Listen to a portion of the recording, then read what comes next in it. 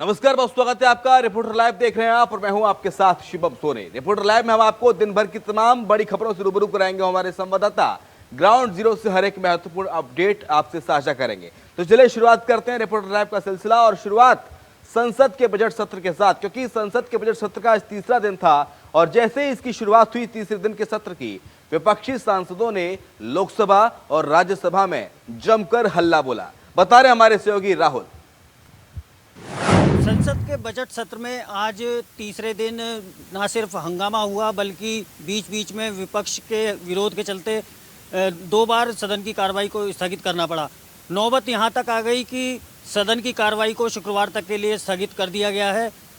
हालांकि विपक्ष ने जो हंगामा किया उसके पीछे की वजह हिंडनबर्ग की जो रिपोर्ट अडानी ग्रुप को लेकर आई है उसको लेकर विपक्ष ने हंगामा किया था। विपक्ष ने हिंडनबर्ग मामले पर चर्चा के लिए ना सिर्फ सदन में नोटिस दिया था चर्चा के लिए, बल्कि सरकार से मांग की गई थी कि बजट पर चर्चा होने से पहले इस पर चर्चा की जाए, लेकिन उस मांग को दोनों सदनों ने खारिज कर दिया। उसका नतीजा रहा कि हंगामे की वजह से सदन की कार्रवाई को स्थगित करना पड़ा। हालांकि इस मामले को लेकर अडानी ग्रुप की तरफ से खुद अडानी ने न सिर्फ अपना बयान जारी किया है बल्कि जो शेयर धारक हैं उनको ये तसल्ली देने की कोशिश की है कि उनका सारा पैसा वापस कर दिया जाएगा।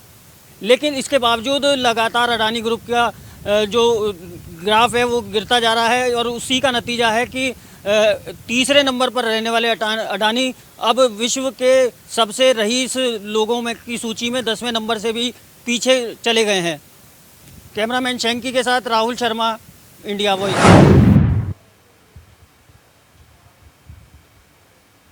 तो बजट पेश होने के बाद राज्यसभा में नेता प्रतिपक्ष और कांग्रेस के राष्ट्रीय अध्यक्ष मल्लिकार्जुन खड़गे के कार्यालय में विपक्षी नेताओं की बैठक हुई।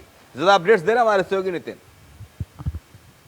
कांग्रेस तथा विपक्षी दल के नेताओं की आज राज्यसभा के अंदर बैठक हुई थी, जहां बताया जा रहा है कि विपक्षी दल के नेता मल्लिकार्जुन खड़गे के जैसे चैम्बर में ये बैठक बताई जा रही थी कि जिस तरीके से कांग्रेस तथा तमाम पार्टी के जो विपक्षी नेता हैं आज उन सब लोगों की जो यहाँ पर बैठक हुई थी। बैठक में सबको जो है साफ दिशा निर्देश भी दिए गए जिस तरीके से राज्यसभा उसकी बजट को लेकर यहाँ पर चर्चाएं चल रही थी। उसको देखते हुए आज मल्लिकार्जुन खड़गे ने जो है तमाम नेताओं के साथ में बैठक की थी। समाजवादी पार्टी की बात की जाए तो समाजवादी पार्टी के नेता भी उसमें शामिल थे, आम आदमी पार्टी के नेता शामिल थे, तमाम विपक्ष के नेता जो आज बैठक में शामिल हुए थे, जिसमें संसद की कार्रवाई के दौरान विपक्ष की भूमिका की रणनीति पर विचार विमर्श किया गया था। कांग्रेस ने सूत्रों बताया कि बैठक में कांग्रेस के अलावा Dramuk Trinamool Congress, Samajwadi Party, Janata Dal United, Shivsena, Marxist Communist Party, Bharatiya Communist Party, Rashtriyavad Congress Party, National Conference के साथ ही आइसमेंट केरल कांग्रेस और आम आदमी पार्टी के नेता ने हिस्सा लिया। विपक्ष दल के नेताओं का कहना है कि संसद में एलआई, सरकारी बैंकों तथा अन्य सरकारी संस्थान में लगे आम आदमी के पैसे को डूबने को लेकर चर्चा करने की सरकार से मांग भी की गई थी। इस तरीके से आज विपक्ष दल के नेताओं के साथ में मल्लिकार्जुन खड़गे जो कांग्रेस पार्टी के राष्ट्रीय अध्यक्ष हैं उन्होंने बैठक की, तो इसमें साफ तौर पर ये सबको दिशा निर्देश दिया था। लेकिन कहा जा रहा है कि इस तरीके से जिस तरीके आम जनता का जो पैसा बैंकों में लगाया गया, उसमें अलग अलग जगहों पर लगाया गया, उसको डूबने को देखते हुए कि जिस तरीके से डूबे ना था उसको देखते हुए यहाँ पर पूरी तरीके से चर्चा की गई थी। कैमरामैन निकांत के साथ मैं नितिन चौधरी, इंडिया। पूर्वोत्तर के राज्यों में होने वाले आगामी चुनाव को लेकर बीजेपी ने तैयारी पूरी कर ली है और चुनावी फॉर्मूला भी आज बीजेपी ने दिया। बता रही हमारी सहयोगी पूजा। मेघालय में बीजेपी ने सभी 60 सीटों पर चुनाव लड़ने का ऐलान कर दिया है। वहीं नागालैंड में बीजेपी और एनडीपीपी के बीच में सीटों का बंटवारा हुआ है। 40 और 20 के अनुपात का फॉर्मूले पर बीजेपी और एनडीपीपी नागालैंड में चुनाव लड़ेगी। इसके अलावा त्रिपुरा में भी बीजेपी सभी सीटों पर चुनाव लड़ेगी। इसके लिए सभी तैयारियां बीजेपी की तरफ से शुरू कर दी गई हैं। मेघालय में जहां 60 सीटों पर बीजेपी चुनाव लड़ेगी तो नागालैंड में एनडीपीपी और बीजेपी साथ मिलकर चुनाव लड़ेंगे। मेघालय की बात की जाए तो यहां बीजेपी की टैगलाइन है मोदी पावर टू मेघालय, यानी मोदी पावर टू मेघालय। वहीं नागालैंड के मंत्री और बीजेपी के प्रदेश अध्यक्ष ने बताया कि प्रधानमंत्री नरेंद्र मोदी और जेपी नड्डा के नेतृत्व में हुई केंद्रीय कमेटी की बैठक में तय हुआ है कि 2023 के नागालैंड विधानसभा चुनाव में बीजेपी और एनडीपीपी गठबंधन में 40-20 के अनुपात में सीट बंटवारे के फॉर्मूले पर चुनाव लड़ेगी। इसके अलावा भारतीय जनता पार्टी के अध्यक्ष जेपी नड्डा शुक्रवार को त्रिपुरा विधानसभा चुनाव के लिए 2 चुनावी रैलियों को संबोधित करेंगे। पार्टी के एक वरिष्ठ नेता ने ये जानकारी दी। त्रिपुरा की 60 सदस्य विधानसभा के लिए 16 फरवरी को मतदान होने हैं। तो बीजेपी ने आगामी विधानसभा चुनावों की तैयारी के लिए अभी से कमर कस ली है। हर जगह बीजेपी अपनी जीत हासिल करना चाहती है, इसीलिए सभी दिग्गज नेताओं को चुनाव प्रचार में उतार दिया गया है। अब देखना होगा कि बीजेपी की इस तैयारी के क्या कुछ परिणाम निकल कर आते हैं। बीजेपी को कहां-कहां किन-किन सीटों पर जीत हासिल होती है या फिर हार का मुंह देखना पड़ता है। कैमरामैन शैंकी के साथ मैं पूजा झा। अब बात उत्तर प्रदेश की कर लेते हैं। समाजवादी पार्टी के पूर्व एमएलसी राजपाल कश्यप को अन्य पिछड़ा वर्ग प्रकोष्ठ का प्रभार दिया गया है। खबर पर ज्यादा अपडेट्स दे रहे हैं हमारे सहयोगी प्रियम पाठक। 2024 के चुनाव को ध्यान में रखते हुए समाजवादी पार्टी ने राष्ट्रीय कार्यकारिणी की अपनी घोषणा के बाद आज अपने अलग अलग 3 प्रकोष्ठों के प्रदेश अध्यक्षों के नाम को घोषित कर दिया है, जिसमें पूर्व एमएलसी राजपाल कश्यप को पिछड़ा वर्ग का जो प्रकोष्ठ है उसका प्रदेश अध्यक्ष बनाया गया है। रिबू श्रीवास्तव को महिला जो विंग है समाजवादी पार्टी की उसका प्रदेश अध्यक्ष बनाया गया है। तीनों प्रकोष्ठों के जो प्रदेश अध्यक्ष हैं उनके नामों की आज घोषणा कर दी गई है। राजपाल कश्यप को पिछड़ा वर्ग प्रकोष्ठ का प्रदेश अध्यक्ष बनाया गया है। रिबू श्रीवास्तव जो है उन्हें महिला सभा की प्रदेश अध्यक्ष बनी है और वहीं व्यार जी गौड़ को सपा में अनुसूचित जनजाति प्रकोष्ठ का प्रदेश अध्यक्ष बनाया गया है। अखिलेश यादव ने ओबीसी और महिला सभा के अध्यक्षों के नामों की घोषणा करी है और माना जा रहा है कि 2024 के लिहाज से लगातार अब समाजवादी पार्टी भी सक्रिय हो चुकी है और अपने संगठन को मजबूत करने के लिए नई समीकरणों के हिसाब से जो चीज़ें हैं उनको अनुकूल ढालने की जो है कवायद जो है वो समाजवादी पार्टी की तरफ से और राष्ट्रीय अध्यक्ष अखिलेश यादव की तरफ से की जा रही है। इसी के चलते आज इस तीनों विंग के जो 3 प्रकोष्ठ हैं समाजवादी पार्टी के उसके अलग अलग प्रदेश अध्यक्षों के नामों की घोषणा कर दी गई है। इससे पहले समाजवादी पार्टी की तरफ से अपनी राष्ट्रीय कार्यकारिणी की जो है वो घोषणा करी गई थी, जिसमें कई अहम नामों को जो है जगह दी गई और आज समाजवादी पार्टी की तरफ से अपने 3 अलग अलग प्रकोष्ठों के प्रदेश अध्यक्षों के नाम की घोषणा की गई है। कैमरामैन सुभाष चंद्रा के साथ प्रियम पाठक, इंडिया वॉइस, लखनऊ। मुरादाबाद में अखिलेश यादव के चार्टर्ड प्लेन को अनुमति न मिलने पर सियासी बखेड़ा शुरू हो गया। बता रहे हमारे सहयोगी शरीक सिद्दीकी। मुरादाबाद जनपद में समाजवादी पार्टी के राष्ट्रीय अध्यक्ष अखिलेश यादव एक शादी के समारोह में कार्यक्रम में हिस्सा लेने के लिए पहुंचना था, लेकिन मुरादाबाद जनपद में मूडा पांडे हवाई पट्टी पर हो रहे विकास कार्य के चलते अखिलेश यादव के चार्टर प्लेन को मुरादाबाद में उतरने की अनुमति नहीं दी गई। इसको लेकर मुरादाबाद जनपद के साथ ही प्रदेश के कई राजनीतिक नेताओं ने इसको लेकर अपनी प्रतिक्रिया दी है, जिस पर भाजपा पे जमकर निशाना साधा है। वहीं मुरादाबाद जनपद में जिलाधिकारी शैलेंद्र कुमार सिंह का कहना है मुरादाबाद जनपद में मूडा पांडे हवाई पट्टी पर हो रहे विकास कार्य के चलते चार्टर प्लेन को उतारने की अनुमति नहीं दी गई है। मुरादाबाद से इंडिया वॉइस के लिए शरीक सिद्दीकी। नेपाल के जनकपुर से अयोध्या आई शालिग्राम का पूजन किया गया। खबर पर ज्यादा अपडेट्स दे रहे हैं हमारे सहयोगी। अयोध्या के रामशिवपुरम में जहां पर भगवान राम की आदमकद मूर्ति की परिकल्पना ट्रस्ट के महासचिव राम भक्त कहीं न कहीं अब साकार होता नजर आ रहा है। आपको बताते हैं कि यहीं पर वो 2 शिलाएं रखी गई हैं जो गंडकी नदी से, नेपाल की गंडकी नदी से निकलकर सर्वप्रथम वो जनकपुर मंदिर में पहुंची, जहां पर उनका पूजा अर्चन के बाद वो बिहार के रास्ते मधुबनी होते हुए भारत प्रवेश की। उसके बाद गत रात्रि आपको बताते हैं कि लगभग 8 बजे दोनों शिलाएं भारत अयोध्या में पहुंची। अयोध्या में पहुंचने के बाद उनका सबसे पहले उनको रामशिवपुरम में रखा गया। आप तौर पर पीछे देख सकते हैं कि ये वो 2 शिलाएं हैं जो 2 शिलाओं को निकाला गया था। निकलकर वो दोनों शिलाओं की बात करें शिलाओं की, तो दोनों शिलाओं का वजन लगभग 40 टन माना जा रहा है। एक शिला का वजन लगभग 14 टन, दूसरे का लगभग 26 टन है। समर्पण कार्यक्रम चल रहा है और इसी में अभी ट्रस्ट के महासचिव को जनकपुर से आए हुए जो वहाँ के नेपाल के प्रधानमंत्री कमलेश निधि हैं, वो अब समर्पण कार्यक्रम में इन पूजन अर्चन के बाद इन पत्थरों को शिलाओं को भगवान को श्री राम भगवान राम के ट्रस्ट महासचिव के चंपत राय जी को समर्पित की जाएंगी। इंडिया वॉइस के लिए अयोध्या से। शिक्षक और एमएलसी चुनाव को लेकर स्नातक एमएलसी चुनाव को लेकर क्या कुछ रहा कानपुर में खास, बता रहे हमारे सहयोगी मोहम्मद असलम। शिक्षक एमएलसी व स्नातक के परिणामों के लिए वोटों की गिनती शुरू हो चुकी है। कानपुर की बात करें तो पांडु नगर स्थित ITI में आज सुबह 8 बजे से वोटों की गिनती शुरू हो गई थी। बता दें कि दोनों पदों के लिए ही 14 टेबल बनाई गई हैं, जहां पर 4 कर्मचारी लगातार जो है वो वोटों की गिनती कर रहे हैं। और अगर हम चुनाव की बात करें तो अब तक के जो रुझान आ रहे हैं वो भारतीय जनता पार्टी के जो अरुण पाठक है MLC हैं, निवर्तमान भी MLC हैं, तो वो अब बताया जा रहा है कि वो आगे चल रहे हैं। फिलहाल अब से कुछ शाम तक या कल सुबह तक बताया जा रहा है कि इस पूरा रिजल्ट जो है वो आ सकेगा, क्योंकि बैलेट पेपर से जो वोटिंग हुई है तो ऐसे में काफ़ी समय भी लग सकता है। हालांकि उप जिला निर्वाचन अधिकारी राजेश कुमार ने ही बताया है कि चूंकि वोटिंग देर तक होनी है तो ऐसे में शिफ्टवार तरीके से सबकी ड्यूटी लगा दी गई है और जिसके चलते अगर देर तक भी वोटिंग होती है तो किसी तरह की कोई कमी नहीं आएगी और जो है लगातार जो काम है, जो वोटों गिनती है वो शुरू होती रहेगी। फिलहाल अगर हम सुरक्षा व्यवस्था की बात करते हैं तो शहर के कमिश्नर BP जोगदंड लगातार जो वहां पर स्थल बनाया गया है, मतगणना स्थल है, वहां का निरीक्षण कर रहे थे और इसके लिए वहां पर लगातार जो पुलिस कर्मी हैं उनको जरूरी दिशा निर्देश भी दे रहे थे, क्योंकि जो वहां पर चुनाव है, मतगणना स्थल है, वहां पर पारदर्शिता बनी रहे, किसी तरह कोई वहां पर अराजकता ना हो। फिलहाल वहां पर पुलिस के अलावा 2 PSC बटालियन भी लगाई गई हैं जो लगातार वहां पर पैनी नज़र बनाए हुए हैं। तो ऐसे में अगर हम वोटों की बात करें तो आपसे शाम तक या फिर कल सुबह तक ये साफ हो सकेगा कि आखिर इस पूरी जो चुनाव है उसमें विजेता कौन है और हारा कौन है। कैमरा पर्सन चंद्रा के साथ मोहम्मद असलम, इंडिया वॉइस। क्या हिंदुस्तान में रहकर भारत माता की जय बोलना गुनाह है? ऐसा हम क्यों बोल रहे हैं, जानकारी दे रहे हमारे सहयोगी मोहम्मद इमरान।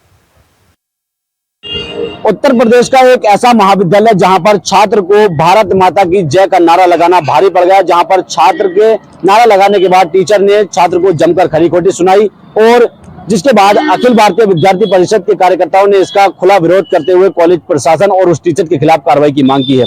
पूरा मामला अमरोहा जनपद के गजरोला थाना क्षेत्र के रामाबाई डिग्री कॉलेज का, जहां पर एक कुष्ठ रोग की रैली में छात्र द्वारा अखिल भारतीय विद्यार्थी परिषद के साथ मिलकर जो रैली निकाली जा रही थी उसमें छात्र द्वारा भारत माता की जय का नारा लगाया गया, जिसके बाद जो कॉलेज प्रशासन है, कॉलेज के टीचर हैं, उन्होंने इस नारे का विरोध करते हुए छात्र को जमकर खरी खोटी सुनाई, जिसके बाद अखिल भारतीय विद्यार्थी परिषद के पदाधिकारी और कार्यकर्ताओं ने इस बात का विरोध किया और कॉलेज प्रशासन और उस टीचर के खिलाफ जमकर उन्होंने हंगामा करते हुए कार्रवाई की मांग की है। वहीं कॉलेज प्रशासन का कहना है कि उसमें कुष्ठ रोग की रैली थी जिसमें छात्र ने नारा लगाया गया। हालांकि कॉलेज प्रशासन ने भी इसमें नारा लगाने को लेकर छात्र को डांटने की बात कही है। वहीं अखिल भारतीय विद्यार्थी परिषद के पदाधिकारियों ने इस पर सख्त कार्रवाई करने की मांग की है। अमरोहा से इंडिया वॉइस के लिए मोहम्मद इमरान की रिपोर्ट। सीतापुर में इन दोनों भगवान राम और लक्ष्मण का पोस्टर वायरल हो रहा है। इस खबर पर ज्यादा अपडेट्स दे रहे हैं हमारे सहयोगी। स्वामी प्रसाद मौर्य के विवादित बयान और श्री रामचरितमानस की लखनऊ में जो प्रतियां जलाई गई, उसके बाद सीतापुर में भी एक मामला सामने आया है। आपको बता दें, सीतापुर में फेसबुक पर एक आपत्तिजनक पोस्ट की गई। आपको बता दें, ये पूरा मामला सीतापुर के सिदौली थाना क्षेत्र का है, जहां पर गोलू सिंह नामक फेसबुक आईडी से श्री राम जी और श्री कृष्ण के बारे में आपत्तिजनक पोस्ट की गई, जिसमें यह दिखाया गया कि श्री राम और श्री कृष्ण पेड़ से बंधे हुए हैं और अंबेडकर उनको कोड़े से पीट रहे हैं, जिसको लेकर बजरंग दल कार्यकर्ताओं ने सक्रियता दिखाई और गोलू सिंह नामक व्यक्ति के खिलाफ सिदौली थाने में एप्लीकेशन दी गई। एप्लीकेशन की जांच कर पुलिस ने संबंधित व्यक्ति पर मुकदमा दर्ज कर लिया और जब इस बारे में Sitapur additional SP NP Singh से बात की गई तो उन्होंने बताया कि गोलू सिंह को गिरफ्तार कर लिया गया है और उसे जेल भेजने की कार्रवाई की जा रही है। मोहित मिश्रा, इंडिया वॉइस, सीतापुर। उधर सिद्धार्थ नगर के कपिल वस्तु महोत्सव में क्यों चले लाठी डंडे, बता रहे हमारे सहयोगी राकेश। इस समय हम खड़े हैं सिद्धार्थ नगर महोत्सव में, जहां 5 दिवसीय महोत्सव चल रहा था। पवन सिंह का वहां पे प्रोग्राम था। पवन सिंह के प्रोग्राम में लाठियां चार्ज हुई, पुलिस प्रशासन यहां जो है लाठी चार्ज कर दी, भगदड़ मच गई। आप देख सकते हैं मेरे पीछे किस तरह से कुर्सियां टूटी पड़ी हुई हैं। इतनी भीड़ हो गई कि भीड़ को बेकाबू हो गई, भीड़ को कंट्रोल नहीं कर पाई यहाँ की प्रशासन।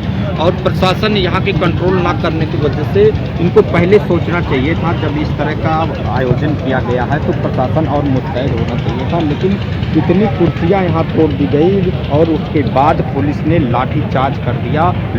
कितने लोग यहाँ घायल भी हो गए हैं, लेकिन प्रशासन पहले नहीं चेता कि इस तरह का आयोजन किया गया है तो भगदड़ मचेगी, भीड़ भी होगा। तो ये जो है पास जो बनाए थे लोगों को VIP और VVIP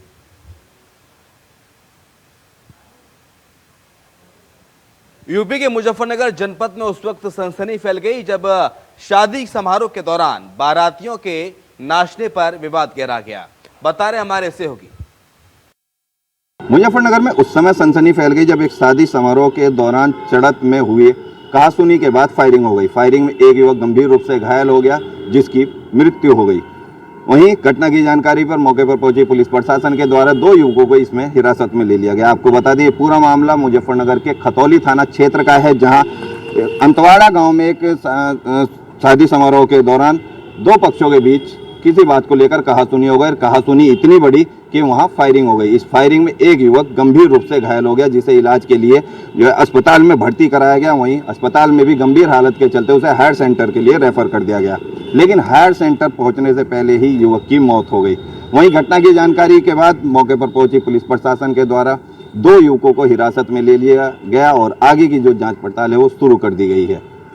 अपने सहयोगी के साथ आशुतोष मिश्रा, इंडिया वॉइस, जय हिंद। केंद्रीय बजट को लेकर उत्तराखंड के मुख्यमंत्री पुष्कर सिंह धामी ने आज प्रेस कॉन्फ्रेंस की। खबर पर ज्यादा अपडेट्स दे रहे हमारे सहयोगी अभय कैंतुरा। मुख्यमंत्री पुष्कर सिंह धामी ने एक बार फिर केंद्रीय आम बजट को राज्य हित का बजट करार दिया है। मुख्यमंत्री पुष्कर सिंह धामी ने कहा कि केंद्र का जो बजट आया है ये सर्वहितैषी, सर्वग्राही और राज्य के हित का बजट कहा जा सकता है, क्योंकि जो इंफ्रास्ट्रक्चर सुविधाओं के लिए जो बजट दिया गया है उससे राज्य में स्थापना विकास के काम तेज होंगे, उद्योगों को लाभ मिलेगा क्योंकि MSME सेक्टर में बजट का प्रावधान अलग से किया गया है, क्रेडिट कार्ड योजना शुरू की गई है। इसके अलावा जो मोटा अनाज की बात केंद्र सरकार करती है, उस मोटे अनाज का सबसे बड़ा उत्पादक ये कह सकते हैं कि उत्तराखंड राज्य भी है और उत्तराखंड राज्य को बड़ा लाभ भी मिलेगा। केंद्रीय वित्त मंत्री निर्मला सीतारमण ने मंडुए का जिक्र अपने बजट भाषण में किया था, तो सीधे तौर पर कह सकते हैं कि अगर मंडुए को पहचान मिलती है तो उत्तराखंड राज्य को उसका सीधा लाभ कहा जा सकता है। और ये कह सकते हैं कि आने वाले दिनों में यही बजट देश की अर्थव्यवस्था को और सुदृढ़ करने वाला होगा, मजबूत भारत की नींव रखने वाला होगा और दुनिया भर में भारत एक बार फिर देश की दुनिया का गुरु कहलाने के लायक हो जाएगा। कैमरामैन हसनुलाल साथ अभय कैंतुरा, इंडिया वॉइस, देहरादून। उत्तराखंड के मुख्यमंत्री पुष्कर सिंह धामी ने झांकी मानसखंड के कलाकारों से मुलाकात की। मुलाकात में क्या कुछ रहा खास, बता रहे हमारे सहयोगी अभय कैंतुरा। 26 जनवरी को कर्तव्य पथ दिल्ली पर जो उत्तराखंड की झांकी निकली थी जिसका संयोजक मानसखंड था, उस मानसखंड झांकी को पहला स्थान झांकियों में मिला है देश भर में। और ये कह सकते हैं कि मानसखंड की सजता उत्तराखंड राज्य से जुड़ी हुई है और ऐसे में उत्तराखंड राज्य को पर्यटन के क्षेत्र में बड़ा लाभ मिलेगा, क्योंकि मानसखंड के जरिए उत्तराखंड राज्य में पर्यटन को बढ़ावा मिलेगा, तीर्थाटन को बढ़ावा मिलेगा, जो उत्तराखंड राज्य के लिए आने वाले समय में एक मील का पत्थर साबित होगा। और मुख्यमंत्री पुष्कर सिंह धामी ने उन सभी कलाकारों से मुलाकात की है जो इस मानसखंड की झांकी में उनके साथ थे, जो राज कर्तव्य पथ पर इस मानसखंड झांकी के साथ चल रहे थे। उन सभी कलाकारों को शुभकामनाएं, बधाई CM की तरफ से दी गई है और उम्मीद जाहिर की गई है कि उत्तराखंड राज्य पर्यटन क्षेत्र में नए आयाम स्थापित करेगा। कैमरामैन हसनुलाल साथ अभय कैंतुरा, इंडिया वॉइस, देहरादून। आगरा के अंदर आपूर्ति विभाग ने कालाबाजारी राशन गोदाम पर छापा मारा, बता रहे हमारे सहयोगी मयंक त्यागी। देश के प्रधानमंत्री कहीं ना कहीं गरीबों को राशन के लिए तमाम प्रयास, तमाम परियोजना चला रहे हैं, लेकिन कालाबाजारी का एक खेल देखने को मिला है, जहां आगरा के तेहरा स्थित गोदाम पर 100 कुंटल से ज़्यादा कालाबाजारी किए हुए चावल को सप्लाई इंस्पेक्टर व आपूर्ति विभाग की तरफ से बरामद किया गया है।